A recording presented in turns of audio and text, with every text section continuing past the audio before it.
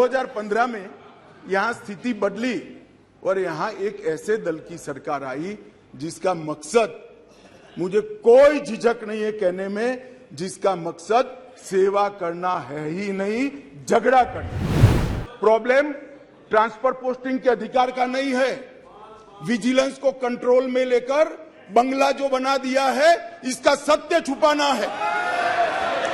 जो भ्रष्टाचार हो रहा है इसका सत्य छुपाना है। राजकारणातल्या प्रत्येक अपडेट्ससाठी सरकारनामाला सबस्क्राइब करा आणि नोटिफिकेशनसाठी बेल आयकॉन प्रेस करा। महोदय, मैं प्रस्ताव करता हूं कि दिल्ली राष्ट्रीय राजधानी राज्य क्षेत्र शासन अधिनियम 1991 के अधिनियम का और संशोधन करने वाले विधेयक पर विचार किया जाए। माननीय महोदय, जब इसको संसद के सामने मेरे साथी नित्यानंद जी ने पेश किया तब थोड़ा शोर शराबा भी हुआ। कुछ मान्यवर सदस्यों ने मुद्दे उठाए थे कि ये विधेयक जो लेकर आए हैं वो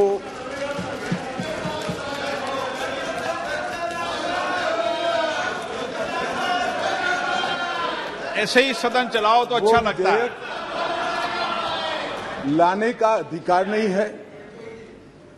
संविधान के तहत संसद की कॉम्पिटेंसी पर भी सवाल उठाए गए हैं और दूसरा ये मुद्दा उठाया गया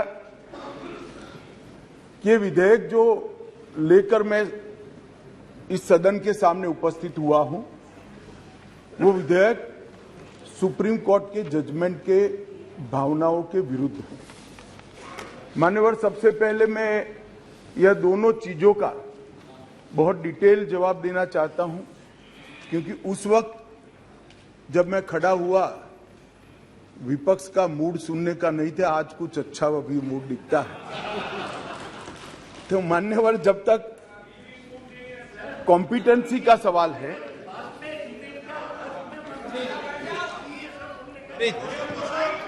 प्लीज माननीय मान्यवर, जहां तक कॉम्पिटेंसी का सवाल है, संघ राज्य क्षेत्र का प्रशासन संविधान के भाग 8 में उल्लेखित प्रावधानों के तहत आता है। अनुच्छेद 239 से 242 तक इसकी कार्यरीति को संविधान में वर्णित किया गया है और अनुच्छेद 239 के ए में विशेष प्रावधान किए गए हैं जिसके तहत दिल्ली विधानसभा सहित एक संघ शासित प्रदेश है।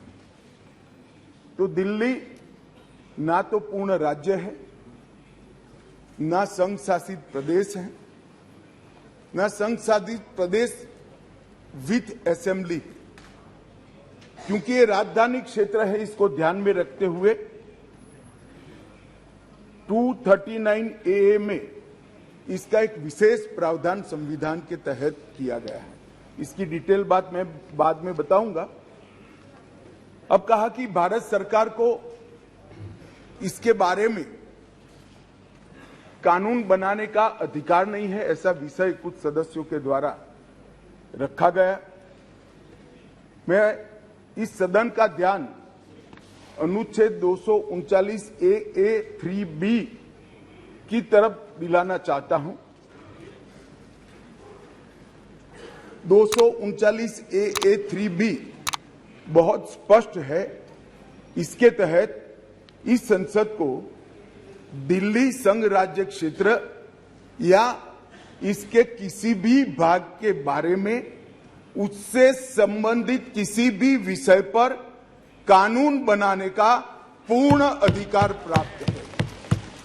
इसलिए कुछ सदस्यों ने जिस बात को इंट्रोडक्शन के वक्त यहां उठाने का प्रयास किया था, मेरा दायित्व बनता है, उस वक्त माहौल ठीक नहीं था, तो आज इसका मैं ढंग से जवाब दूं। मान्यवर, कुछ सदस्यों ने यह भी कहा, हाथ में सुप्रीम कोर्ट के जजमेंट रखकर, कि ये सर्वोच्च अदालत के आदेश के उल्लंघन कर इसको लाया गया है। मैं वो सभी सदस्यों को विनती करना चाहता हूं कि आपने सर्वोच्च अदालत के आदेश का अपने मनपसंद हिस्सा ही पढ़ा है। जब सर्वोच्च अदालत के आदेश को सदन में कोट करते हैं तो संपूर्ण आदेश का अध्ययन होना जरूरी है। उसका दूसरा हिस्सा भी पारदर्शिता के साथ सदन के सामने रखना चाहिए। खैर, जिन्होंने नहीं रखा, मैं रख देता हूं मान्यवर। मैं स्पष्टता करना चाहता हूं कि ये विधेयक जो है, इसमें सर्वोच्च अदालत के निर्णय को जो उन्होंने रिफर किया है, उसके पैरा 86, पैरा 95 और विशेष कर पैरा 164F की ओर मैं ध्यान आकर्षित करना चाहता हूं। उसमें स्पष्टता से कहा है कि संसद को 239AA के तहत दिल्ली संघ राज्य क्षेत्र के किसी भी विषय पर कानून बनाने का अधिकार है। ये अदालत ने अपने जजमेंट के अंदर बहुत स्पष्ट कर दिया है। मान्यवर, अब मैं थोड़ा विधेयक पर बात करना चाहूंगा। दिल्ली शासन, इसकी एक ऐतिहासिक पृष्ठभूमि है मान्यवर। दिल्ली की स्थापना 1911 में अंग्रेजों के शासन के द्वारा महरौली और दिल्ली, दो तहसीलों को पंजाब प्रांत से अलग कर बनाई गई।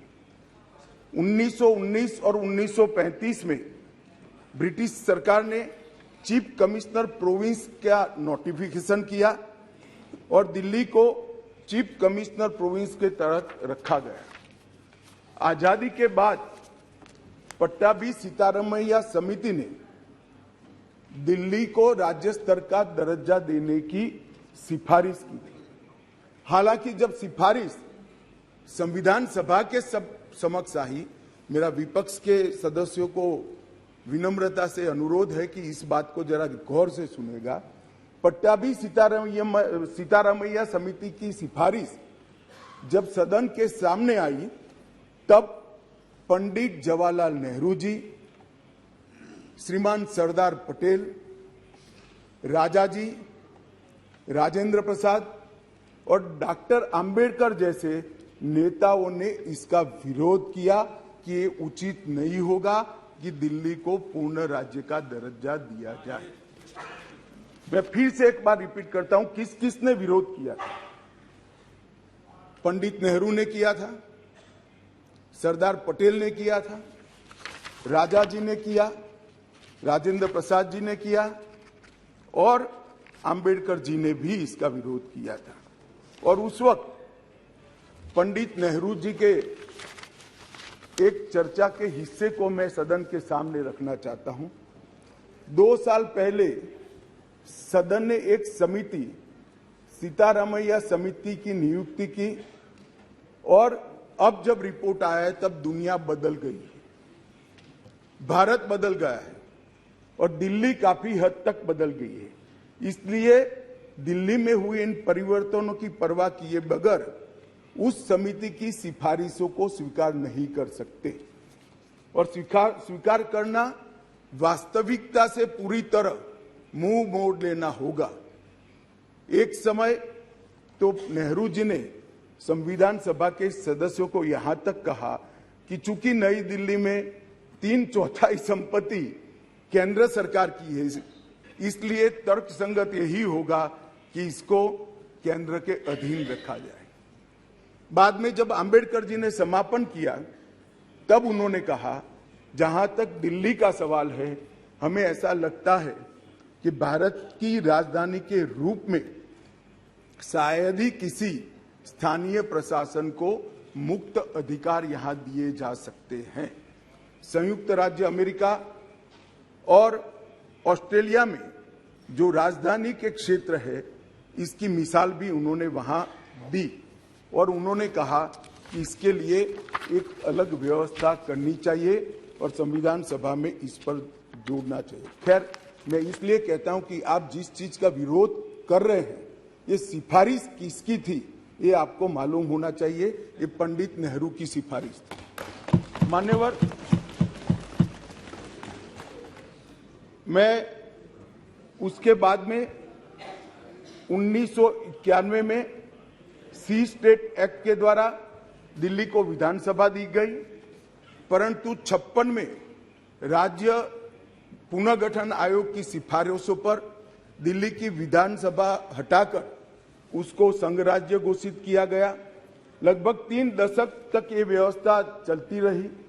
87 में सरकारिया कमेटी बनी, जो बाद में बालाकृष्णन कमेटी के रूप में जानी गई, और 91 में 69वां संविधान संशोधन किया गया और इसके बाद दिल्ली राजधानी राज्य क्षेत्र शासन अधिनियम 1991, जिसमें मैं आज संशोधन लेकर आया हूं, इसको इस महान सदन ने पारित किया गया। और वही विधेयक के अंदर, संविधान संशोधन के अंदर 239A, जिसका मैंने जिक्र किया, उसमें इस संसद को राजधानी क्षेत्र के किसी भी हिस्से के लिए और किसी भी कार्य के लिए कानून बनाने के लिए संपूर्ण अधिकार संसद को देने का काम किया गया। मान्यवर, समस्या कहां से समाप्त शुरू हुई? 1993 से व्यवस्था चली आ रही थी। कभी भारतीय जनता पार्टी सत्ता में आई, कभी कांग्रेस पार्टी ने शासन किया, कभी ऊपर कांग्रेस का शासन था तब हमारी सरकार थी, तो कभी ऊपर कांग्रेस की सरकार थी तब नीचे हमारा शासन था, मगर कोई झगड़ा नहीं हुआ था, सब कुछ ठीक चल रहा था, क्योंकि किसी की मंशा अधिकार हथियाने की नहीं थी, सेवा करने की। कांग्रेस पार्टी ने भी भाजपा के साथ झगड़ा नहीं किया, भाजपा ने भी कांग्रेस सरकार के साथ झगड़ा नहीं किया और बहुत अच्छे से चल रहा था, कोई डिस्प्यूट नहीं, कोई झगड़ा नहीं। 1915 में स्थिति बदली और यहां 2015 में यहां स्थिति बदली और यहां एक ऐसे दल की सरकार आई जिसका मकसद, मुझे कोई झिझक नहीं है कहने में, जिसका मकसद सेवा करना है ही नहीं, झगड़ा करना। माननीय अध्यक्ष जी अनेक पार्टियों के मुख्यमंत्री रहे, अनेक पार्टियों की मिलीजुली सरकार रही, शुद्ध रूप से सरकार रही, मगर राष्ट्र सेवा करने में और जन सेवा करने में किसी भी पार्टी को कोई दिक्कत नहीं आई। मैं बाद में बात करूंगा क्या दिक्कत है वो, उसकी भी डिटेल बात करूंगा, प्रॉब्लम क्या है वो। प्रॉब्लम ट्रांसफर पोस्टिंग के अधिकार का नहीं है, विजिलेंस को कंट्रोल में लेकर बंगला जो बना दिया है, इसका सत्य छुपाना है। जो भ्रष्टाचार हो रहा है, इसका सत्य छुपाना है। मान्यवर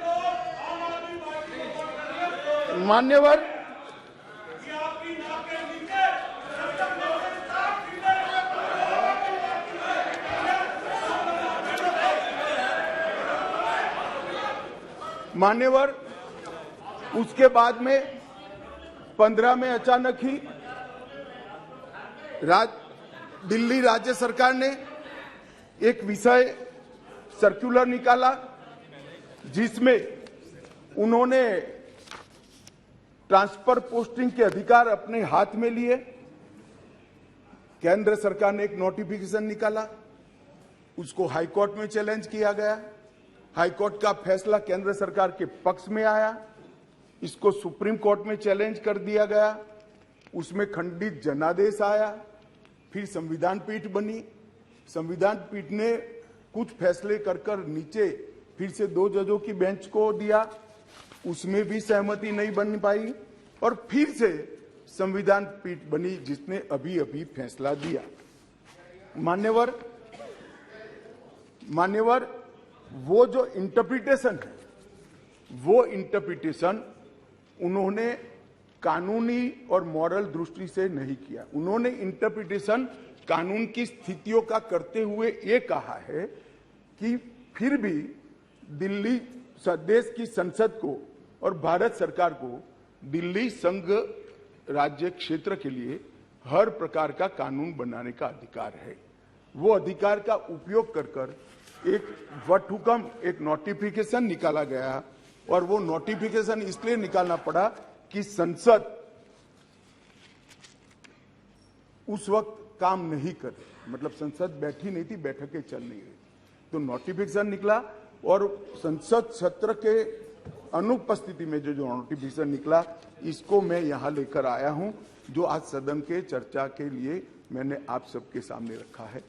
मेरा सभी पक्ष के सदस्यों से विनती है कि चुनाव जीतने के लिए, किसी समर्थन हासिल करने के लिए, किसी पक्ष का विधेयक का समर्थन करना या विरोध करना, ऐसी राजनीति नहीं करनी चाहिए। नए गठबंधन बनाने के अनेक प्रकार होते हैं। नया गठबंधन बनाने के अनेक प्रकार होते हैं।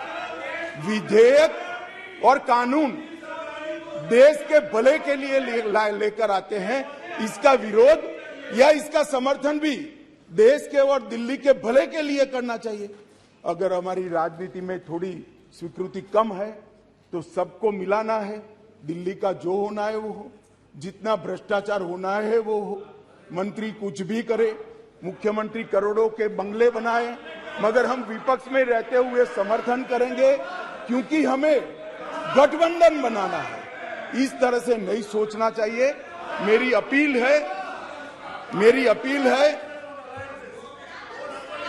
अपील है विपक्ष के सदस्यों को कि आप दिल्ली की सोचिए, अलायंस की मत सोचिए।